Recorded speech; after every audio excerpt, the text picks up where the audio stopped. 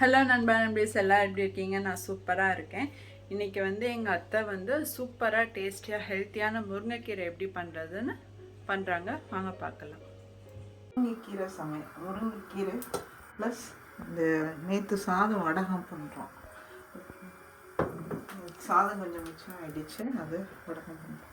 முருங்கைக்கீரை பொரியலுக்கு கடுகு உளுந்தம் பருப்பு எண்ணெய் ஊற்றி கடுகு உளுந்தம் பருப்பு போட்டு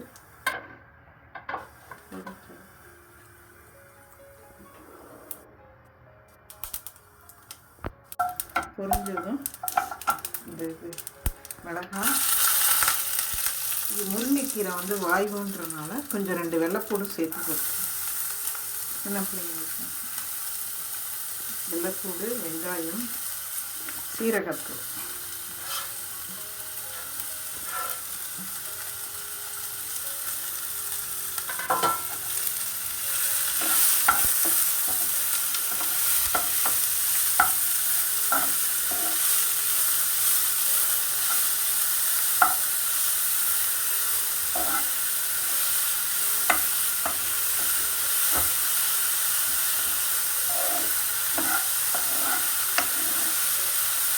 நல்லா வதக்கிட்டு கீரையை பொழிஞ்சு கீரை அரைச்சி நல்லா கொஞ்சம் ஊற வச்சுட்டேன். அதை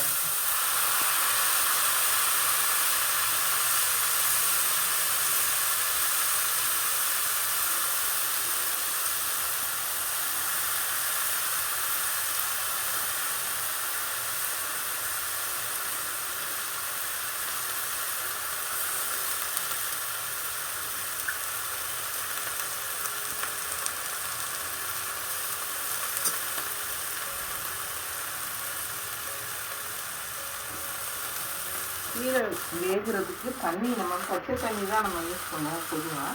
நான் முருங்கைக்கீரை அந்த ஸ்டிக்கில் தண்ணி எடுத்து வச்சுருக்கேன். இந்த தண்ணி ஊற்றினா இதனுடைய எசன்ஸும் போகிறனால உடம்புக்கு கால் வலி இதே தண்ணியிலே குடிச்சோன்னா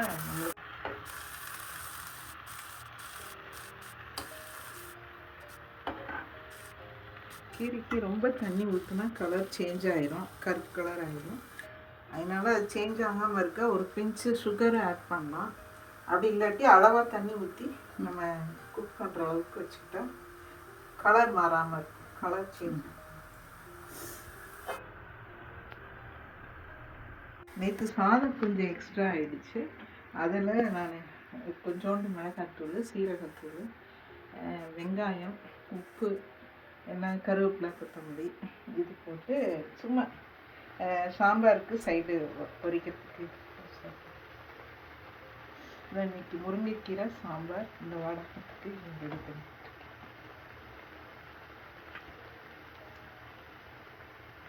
இது சும்மா இந்த சாதத்தோடைய உருண்டையை வெயிலில் வைக்கணும். 1 or 2 days வச்சோம்னா நம்ம பொரிச்சிக்கலாம். உடனே வேஸ்ட் ஆகாமல், சாதம் வேஸ்ட் ஆகாமல். சால்ட்டு கீரை கொஞ்சம் குக்கான பிறகு லைட்டாக ஒரு பிஞ்ச் போட்டேன்.